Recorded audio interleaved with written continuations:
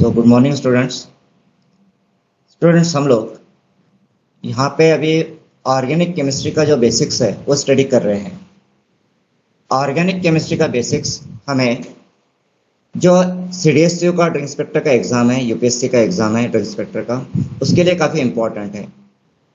यहाँ पे यूपीएससी के एग्ज़ाम में बेसिक केमिस्ट्री पे भी, ऑर्गेनिक केमिस्ट्री पे भी काफ़ी क्वेश्चंस आते हैं। यदि आपने 2023 का DI का ड्रग इंस्पेक्टर का यूपीएससी का पेपर देखा होगा तो उसके अंदर में बेसिक लेवल पे कार्बोकेटाइन पे, SN1 रिएक्शन पे एंड SN2 रिएक्शंस पे बेसिक लेवल पे क्वेश्चंस है। तो यहाँ पे हम लोग जो बेसिक्स कवर कर रहे हैं, यह बेसिक्स का बेनिफिट क्या होगा? तो ऑर्गेनिक केमिस्ट्री यदि आपने काफ़ी दिनों से रिवाइज नहीं किया होगा, काफ़ी समय हो गया होगा आपको रिवाइज करने के लिए, यदि आपने MPSC ड्रग इंस्पेक्टर की प्रिपरेशन भी की होगी इन बिटवीन, या फिर आपने किसी भी रिक्रूटमेंट एग्जाम्स की प्रिपरेशन की होगी, तो उसके अंदर में बेसिक्स लेवल पे ऑर्गेनिक केमिस्ट्री कवर नहीं किया जाता है। बट यहाँ पे यूपीएससी के अंदर में बेसिक्स लेवल पे ऑर्गेनिक केमिस्ट्री में काफ़ी क्वेश्चंस होते हैं, तो इसीलिए ऑर्गेनिक केमिस्ट्री का बेसिक्स कवर करना हमारे लिए ज़रूरी है। तो लास्ट लेक्चर में हमने कुछ बेसिक्स कवर किए थे, आज हम उसी को आगे कंटिन्यू करते हैं। बेसिक्स पे जो MCQs एग्जाम में आए हैं, जैसे मैंने अभी और इस बीच में जो हमारी 2 दिन क्लास नहीं था, सैटरडे, थर्सडे और फ्राइडे, तो थर्सडे एंड फ्राइडे को मैंने और कुछ PYQs स्टडी किए हैं, कुछ देखे हैं एंड काफ़ी एग्जाम्स के PYQs मैंने ऑब्जर्व किए हैं, स्टडी किए हैं। सो उसमें ये देखा है कि बेसिक्स जो है ऑर्गेनिक केमिस्ट्री का, उस पर काफ़ी क्वेश्चंस आते हैं। कार्बोकेटाइन पे क्वेश्चंस आते हैं, फ्री रेडिकल्स पे क्वेश्चन आते हैं, जो आपका SN1 मैकेनिज्म्स है, E1 मैकेनिज्म्स है, उस पर क्वेश्चंस आते हैं। तो इसीलिए ये जो बेसिक्स है ये हमें करना जरूरी है, समझना जरूरी है। और यदि आपको ये बेसिक्स समझ में आ जाते हैं ऑर्गेनिक केमिस्ट्री के, तो आपके लिए स्टडी भी आसान हो जाएगा ऑर्गेनिक केमिस्ट्री का। और आगे जब हम लोग सार का स्टडी करेंगे तो सार का स्टडी भी आपके लिए आसान हो जाएगा। तो आज हम लोग फिर कंटिन्यू करते हैं बेसिक्स ऑफ ऑर्गेनिक केमिस्ट्री। ठीक है, चलिए तो मैं स्क्रीन शेयर करता हूँ। ओके,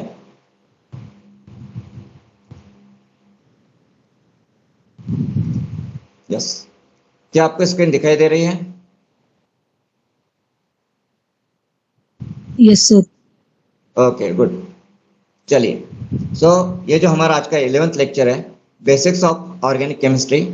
सो हमने लास्ट लेक्चर में जो बेसिक्स कवर किए थे उसके अंदर ये कुछ डेफिनेशंस है, कंसेप्ट्स है, जैसे कि atomic orbitals, hybridisation, sp3 hybridisation, sp2 hybridisation, sp hybridisation, chemical bond, bond fission, homolytic bond fission, heterolytic bond fission, then free radicals, then bond energy, chemical reaction, energy of activation, carbocation, carbon ion.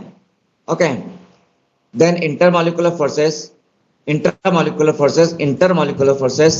तो यहाँ तक हम लोगों ने cover किया था, यह basics हमने कवर किए थे।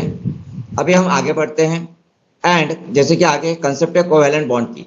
अब जो कोवेलेंट बॉन्ड है, सिग्मा बॉन्ड है, पाई बॉन्ड है, हाइड्रोजन बॉन्ड है, यह काफ़ी इंपॉर्टेंट है।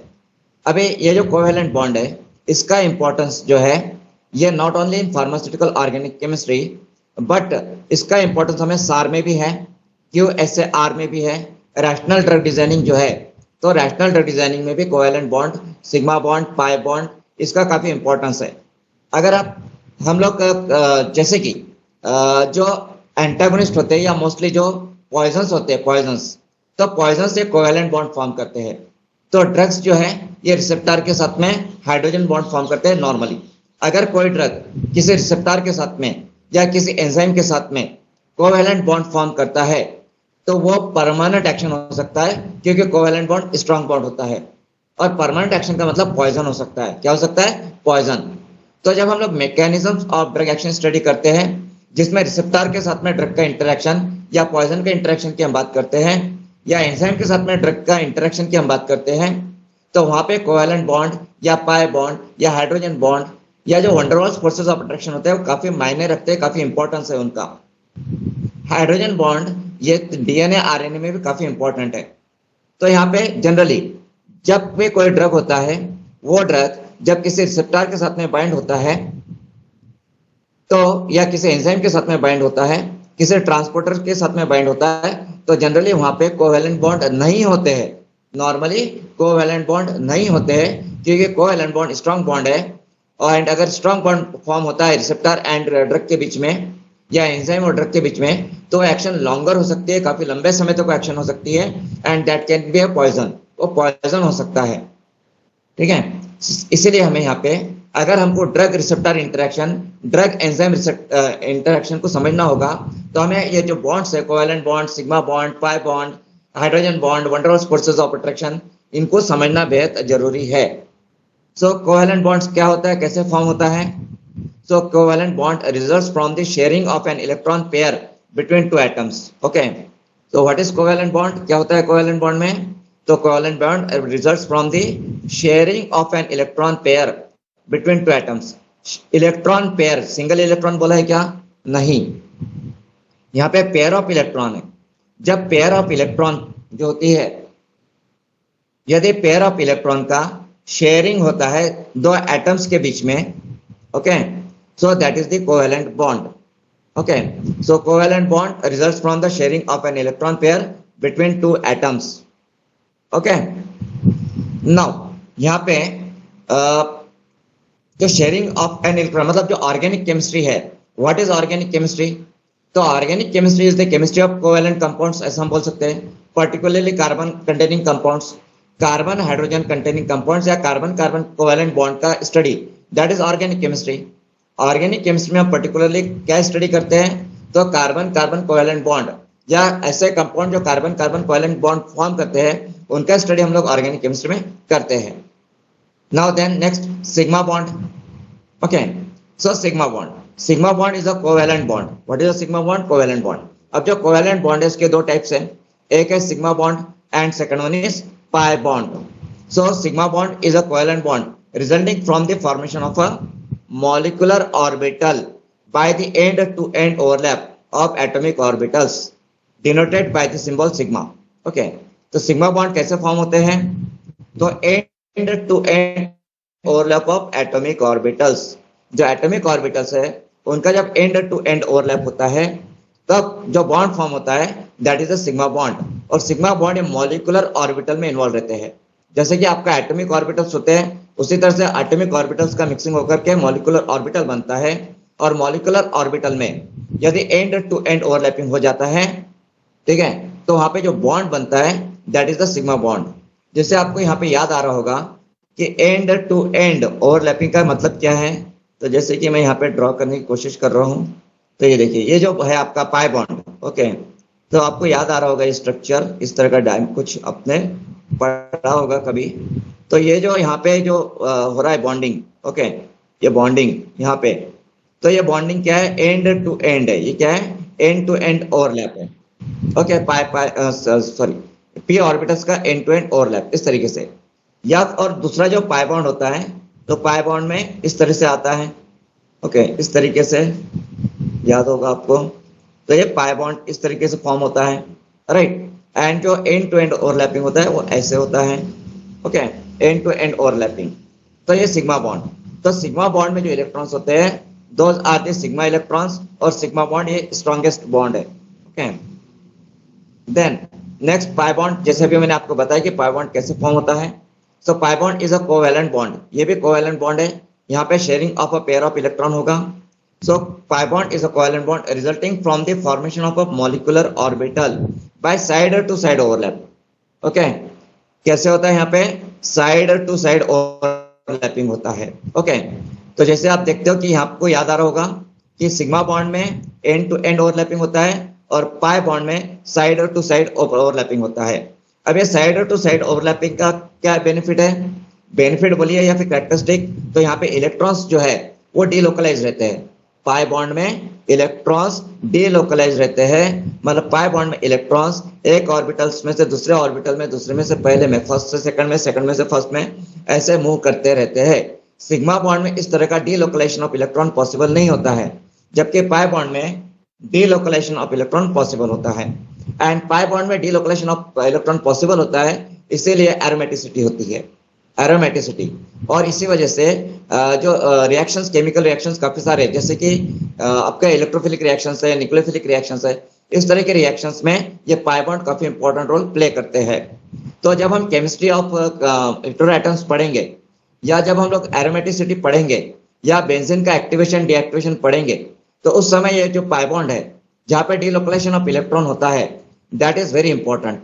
ओके, तो pi bond is a covalent bond resulting from the formation of a molecular orbital by side to side overlap of atomic orbitals along a plane perpendicular to a line connecting the nuclei of the atoms, okay, denoted by the symbol pi। तो यहाँ पे pi bond का symbol pi है। Okay, and ये weaker bond है as compared to sigma bond. Sigma bond के comparison में pi bond weaker होता है, बट एंड अदर जो बॉन्ड्स है जैसे हाइड्रोजन बॉन्ड है, वैन डर वाल्स फोर्सेस है, उनके कंपैरिजन में ये बॉन्ड स्ट्रांग होता है। ठीक है, Now hydrogen bonding, one of the most important bond for a pharmacist। Pharmacist के लिए या जो भी फार्मेसी का स्टडी कर रहे हैं, जो भी फार्मेसी का स्टडी करते हैं, जो फार्मासिस्ट है, जो भी फार्मेसी फील्ड से रिलेटेड है या फार्मेसी में मैन्युफैक्चरिंग रिलेटेड रिसर्च में जो इन्वॉल्व है, उनके लिए हाइड्रोजन बॉन्डिंग सबसे ज्यादा इंपॉर्टेंट बॉन्ड है, मोस्ट इंपॉर्टेंट बॉन्ड। मतलब sigma bond, pi bond, dipole dipole interactions, ion dipole interactions, ये जितने भी बॉन्ड्स है, इन सब में हाइड्रोजन बॉन्डिंग ये फार्मेसी के लिए मोस्ट इंपॉर्टेंट बॉन्ड है। क्यों इंपॉर्टेंट बॉन्ड है? क्योंकि मेजॉरिटी ऑफ ड्रग्स जो है, मोस्ट ऑफ द ड्रग्स जो है, वो किसी एंजाइम के साथ में या जब किसी रिसेप्टर के साथ में इंटरेक्ट करते हैं तो वहां पे hydrogen bonding important role play करता है। उसी तरीके से जो बायोलॉजिकल मॉलिक्यूल्स है, जैसे कि न्यूक्लिक एसिड है, डीएनए, आरएनए है, तो उसके अंदर भी हाइड्रोजन बॉन्ड ये काफी इंपॉर्टेंट रोल प्ले करता है। So hydrogen bonding is a special kind of dipole-dipole interaction. Okay, hydrogen bonding क्या है? तो hydrogen bonding a special kind of dipole-dipole interaction है, dipole-dipole interaction। Now question arises, what is a dipole? अब आपने ये काफी बार सुना होगा, काफी बार पढ़ा भी होगा, काफी बार लिखा भी होगा, dipole-dipole interaction। So क्या मतलब होता है dipole का, बता सकते हो? Yes, what is a dipole? क्या होता है dipole? Positive, negative? Sir, the distance between the positively charged end and the negatively charged end of the molecule. Yes, positive charge and negative charge end of the molecule. That means suppose ये एक आपका molecule है, इस molecule के एक and पे आपका positive charge रहेगा, ओके, पार्शियल पॉजिटिव चार्ज बोल सकते हो, दूसरे एंड पे नेगेटिव चार्ज रहेगा। So this is a dipole. तो जो डायपोल होता है उसका एक एंड पॉजिटिवली चार्ज होता है, दूसरा एंड नेगेटिवली चार्ज होता है, मतलब dipoles are charge molecules, dipoles are charge molecules. और ये डायपोल्स जो होते हैं, डायपोल डायपोल इंटरेक्शन का मतलब क्या है कि जैसे ये एक डायपोल हुआ and this is the second dipole, okay, और ये सेकंड डायपोल पे यहाँ पे पॉजिटिव चार्ज एंड इधर नेगेटिव चार्ज है। तो यहाँ पे ये जो डायपोल के दो एंड है, पॉजिटिव और नेगेटिव एंड, ये दोनों एंड में अट्रैक्शन हो जाएगा। क्या होगा? Attraction, intermolecular forces of attraction होगा, जहां से इन दोनों के बीच में बॉन्ड फॉर्मेशन हो जाएगा and this is the dipole dipole interaction. Okay, यदि यहाँ पे आपका ये एक डायपोल है, ओके, इधर पॉजिटिव चार्ज है, इधर नेगेटिव चार्ज है, एंड सेकंड ये डायपोल है और ये डायपोल में भी इधर पॉजिटिव चार्ज है एंड इधर नेगेटिव चार्ज है, तो क्या यहाँ पे पॉजिटिव पॉजिटिव में इंटरेक्शन होगा? क्या यहाँ पे इंटरेक्शन नहीं होगा, ओके, यहाँ पे रिपल्शन हो जाएगा। क्या होगा? रिपल्शन। यहाँ पे बॉन्ड फॉर्मेशन नहीं होगा।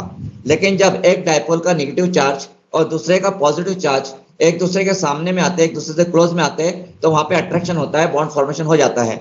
बट अगर सेम चार्जेस एक दूसरे के पास में आते हैं तो वहां पे रिपल्शन हो जाता है, बॉन्ड फॉर्मेशन नहीं होता है। नाउ यहाँ पे ये बताया गया है कि जो हाइड्रोजन बॉन्डिंग होता है वो एक स्पेशल काइंड का डायपोल डायपोल इंटरेक्शन है।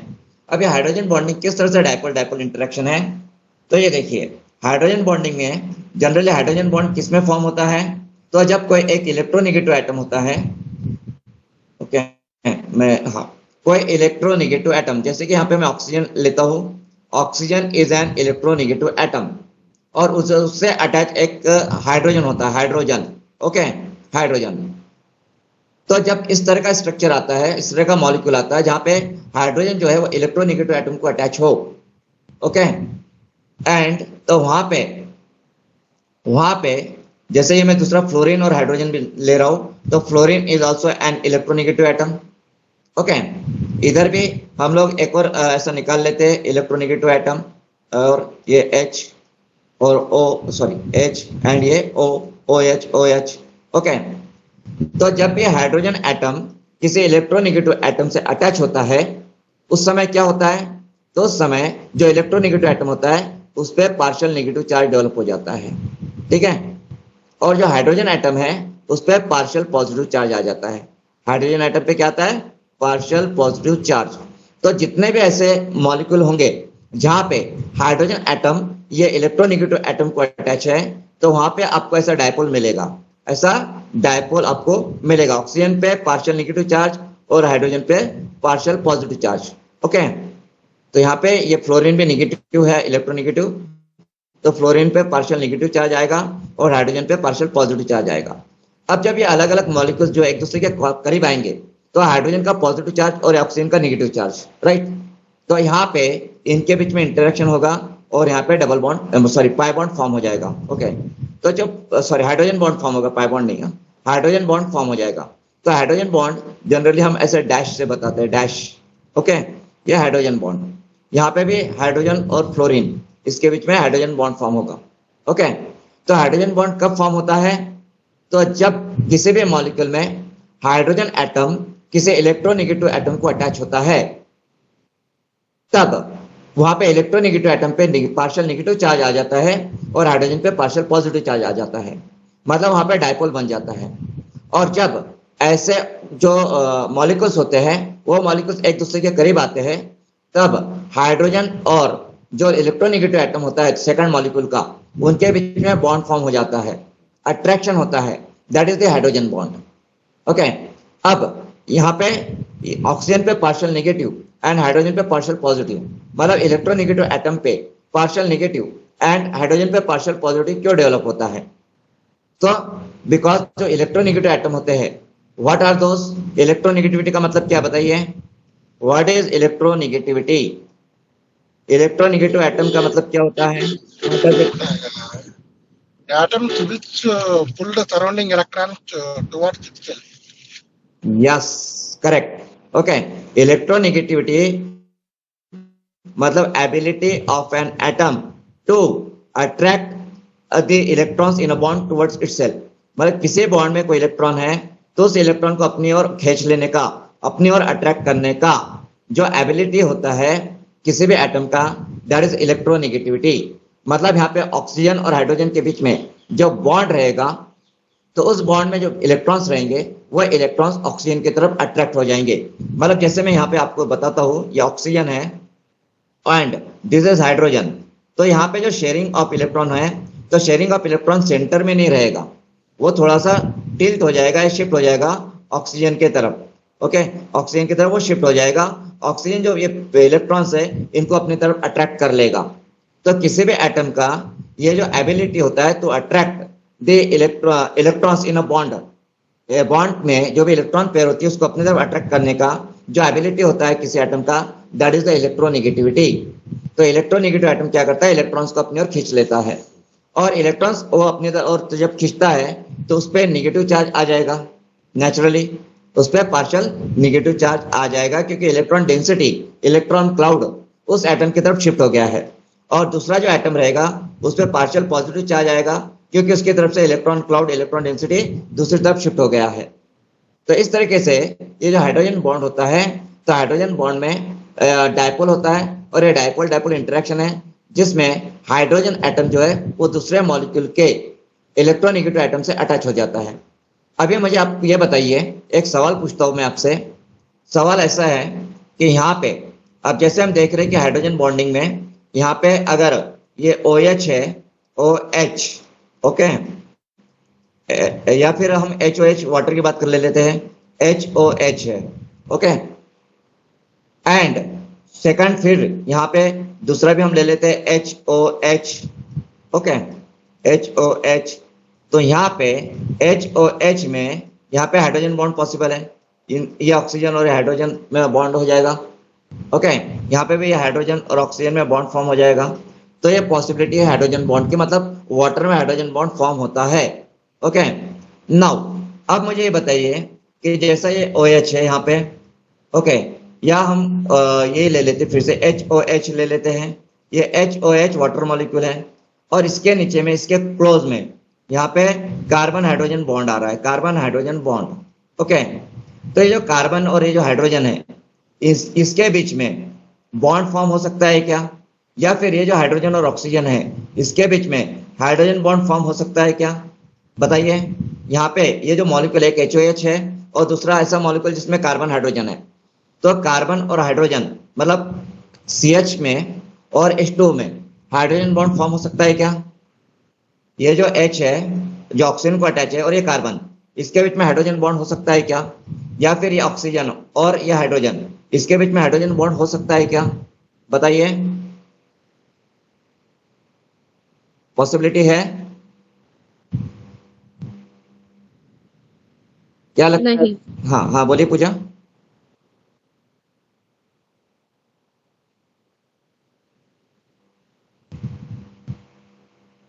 ऑक्सीजन की वैकेंसी 2 होती है तो वो 2 बॉन्ड और नहीं बना सकते हैं। Sorry sorry Puja, this is not the correct answer.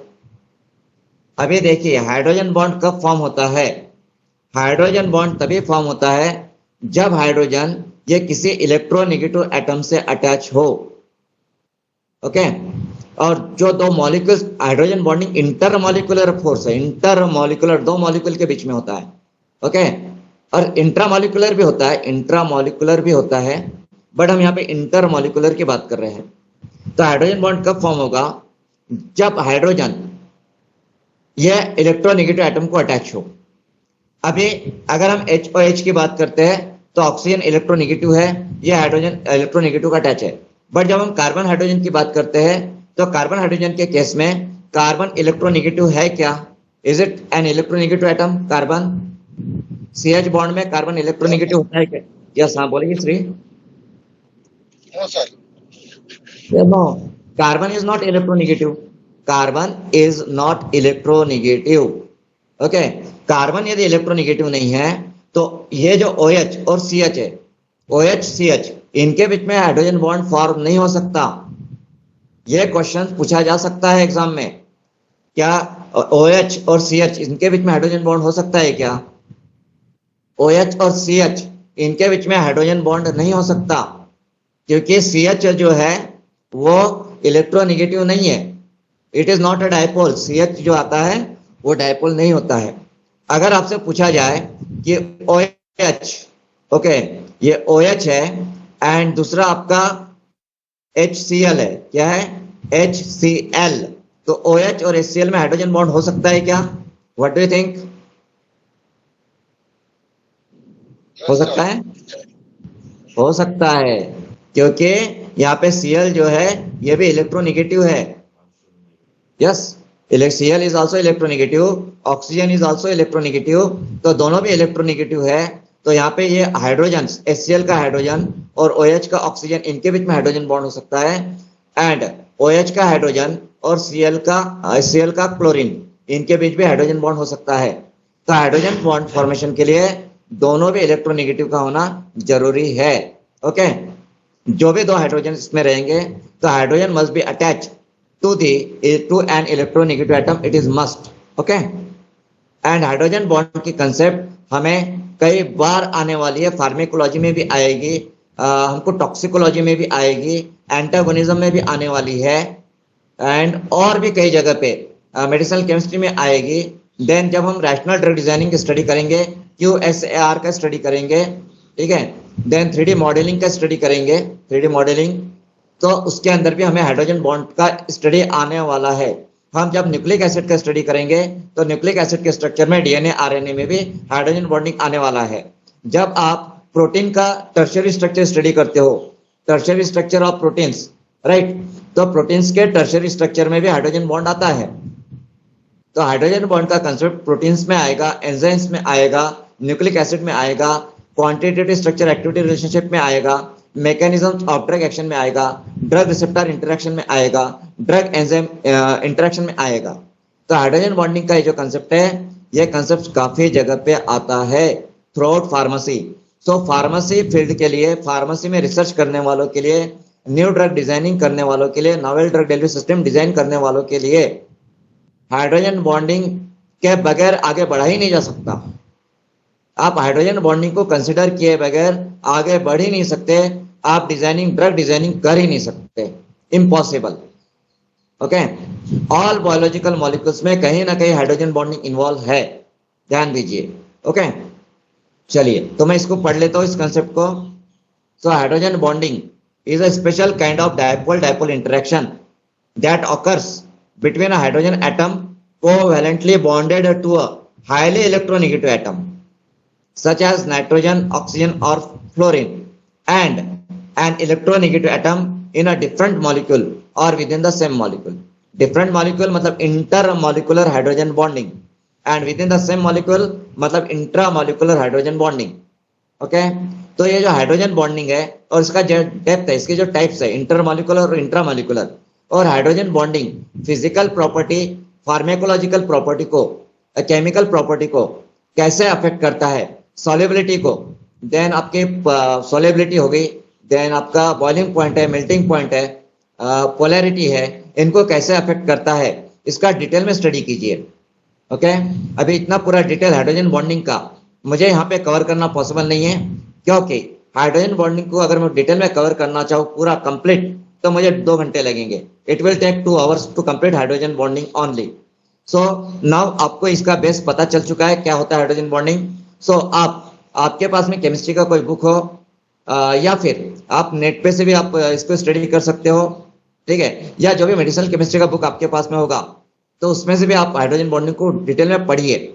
It is very important to clear your concepts. आगे आने वाली जो भी कंसेप्ट्स है, रैशनल ड्रग डिजाइनिंग का कंसेप्ट, रिसेप्टर ड्रग इंटरेक्शन का कंसेप्ट, एंजाइम ड्रग इंटरेक्शन का concept, toxicology, okay, drug toxicity, तो इन सब में आपको हाइड्रोजन बॉन्डिंग यूज होने वाला है। इवन नोवेल ड्रग डिजाइनिंग है, प्री फार्मुलेशन स्टडीज में भी आपको हाइड्रोजन बॉन्डिंग लगने वाला है।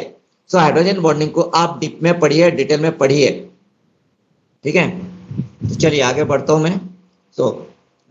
फिर से मैं रीड कर लेता हूं। Hydrogen bonding is special kind of dipole interaction that occurs between a hydrogen atom covalently bonded to highly electronegative atom such as nitrogen, oxygen or fluorine, and an electronegative atom in a different molecule or within the same molecule. The partially positive end of the hydrogen atom is attracted to the partially negative end of the electronegative atom. While nitrogen, oxygen and fluorine are the primary atoms involved in hydrogen bonding, chlorine can participate in hydrogen bonding under certain conditions. So mostly hydrogen bonding में कौन से atoms involve होते हैं? तो जैसे nitrogen है, oxygen है, fluorine है, and under certain conditions chlorine can also form hydrogen bonding. Normally chlorine cannot form hydrogen bonding, but under certain conditions it can form hydrogen bonding. Okay, so hydrogen bonding is the most important concept here.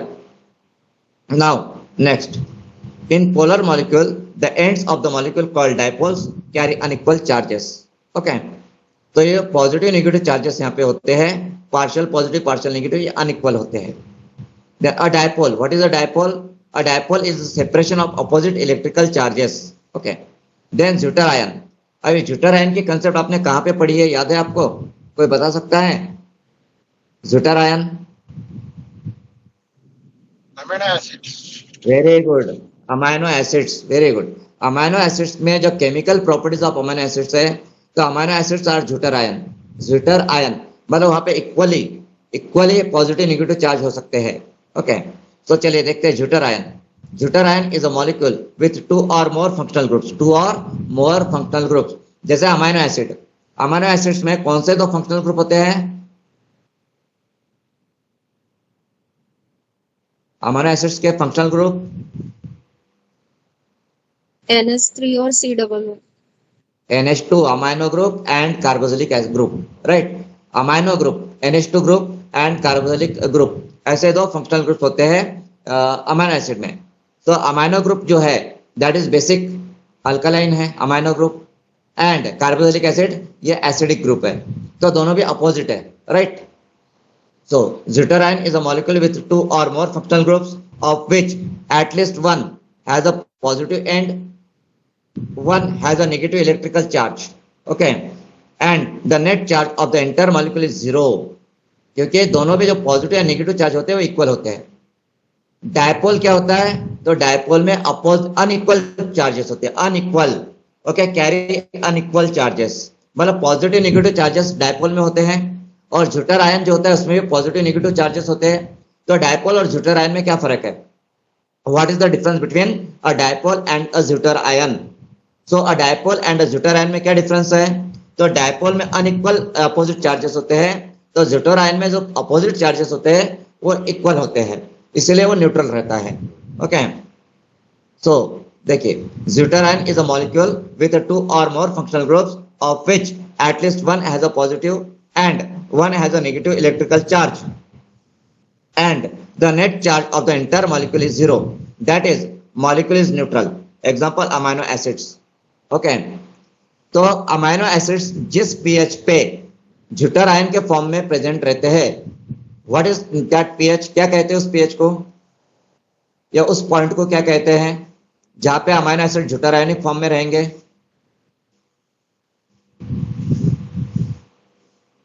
बताइए। वो pH, क्या all pH पे, at all pH amino acid zwitterionic form में रहते हैं क्या? At all pH amino acids पे जो चार्जेस होते हैं वो इक्वल होते हैं क्या? तो ऐसा नहीं होता है। एक पर्टिकुलर पीएच होती है, एक स्पेशल पीएच होती है, हर अमाइनो एसिड की एक स्पेशल पीएच है, कांस्टेंट पीएच है, जहां पे वो अमाइनो एसिड झूठर आयन फॉर्म में रहता है और वो उस पीएच पे प्रेसिपिटेट हो जाएगा। क्या हो जाएगा? प्रेसिपिटेशन हो जाएगा, उसको सेपरेट हो जाएगा। And that pH is known as isoelectric pH. कुछ याद है आपको? आइसो इलेक्ट्रिक पॉइंट क्या होता है? आइसो इलेक्ट्रिक पीएच क्या होता है? Iso electric pH, iso electric point, okay, iso electric pH, iso electric point. तो आइसो इलेक्ट्रिक पीएच, अब ये जो आइसो इलेक्ट्रिक पीएच है या आइसो इलेक्ट्रिक पॉइंट है, ये हर अमाइनो एसिड के लिए कांस्टेंट होता है, उसका स्पेशलिटी होता है। जैसा फिंगरप्रिंट्स होते हैं, फिंगरप्रिंट्स किसी के मैच हो सकते हैं क्या? दो लोगों के सेम हो सकते हैं क्या? नहीं होते हैं। फिंगरप्रिंट से आपकी आइडेंटिटी का पता चल जाता है। उसी तरह से आइसो इलेक्ट्रिक पीएच पे से हमें जो अमाइनो एसिड्स है उसकी आइडेंटिटी का पता चल जाता है। यदि आपको ऐसा क्वेश्चन आता है एग्जाम में, क्वेश्चन ऐसा आता है कि आपको सॉल्यूशन ऑफ अमाइनो एसिड्स दिया है, solution of amino acids, and उस सॉल्यूशन में से आपको पर्टिकुलर अमाइनो एसिड कोई उसको आइडेंटिफाई करना है, तो आप कैसे आइडेंटिफाई करोगे? तो आप क्या करोगे? उस सॉल्यूशन का पीएच वेरी करते जाओगे, एंड पर्टिकुलर पीएच पे पर्टिकुलर अमाइनो एसिड ही प्रेसिपिटेट होता है। अगर आपके पास में 3 या 4 अमाइनो एसिड का सॉल्यूशन है एंड उस अमाइनो एसिड की अगर आप बफर से पीएच एडजस्ट करते रहते हो, तो फिर वो जो पीएच है, ठीक है, बफर नहीं, या दूसरे एसिडिक सॉल्यूशन या बेसिक सॉल्यूशन से पीएच अगर आप एडजस्ट करते हो, बफर तो सॉल्यूशन पीएच मेंटेन करता है, बट अगर आप सॉल्यूशन का पीएच एडजस्ट करते रहते हो, तो पर्टिकुलर पीएच पे यदि कोई अमाइनो एसिड प्रेसिपिटेट हो जाता है, तो आप बता सकते हो कि अमाइनो एसिड कौन सा है। हर अमाइनो एसिड के लिए एक पर्टिकुलर आइसोइलेक्ट्रिक पीएच होती है, उसे पीएच पे वो अमाइनो एसिड प्रेसिपिटेट होगा सॉल्यूशन में से। So that is the isoelectric pH. तो प्रोटीन्स के लिए, ऑल प्रोटीन्स के लिए आइसोइलेक्ट्रिक पीएच पता होना या आइसोइलेक्ट्रिक पीएच की कंसेप्ट काफी इंपॉर्टेंट है। जब आप बायोकेमिस्ट्री पढ़ते हो, बायोकेमिस्ट्री में, तब जब आप प्रोटीन्स की केमिस्ट्री पढ़ोगे, तो प्रोटीन के केमिस्ट्री में आइसोइलेक्ट्रिक पीएच की कंसेप्ट काफी इंपॉर्टेंट है। तो यहाँ पे आपको एग्जाम में, कई बार एग्जाम्स में, कई सारे एग्जाम्स में पर्टिकुलर जो अमाइनो एसिड्स है उनकी आइसोइलेक्ट्रिक पीएच भी पूछा गया है। इसलिए आपको आइसोइलेक्ट्रिक पीएच एंड झूठर आयन यह कंसेप्ट पता होना जरूरी है। तो यहाँ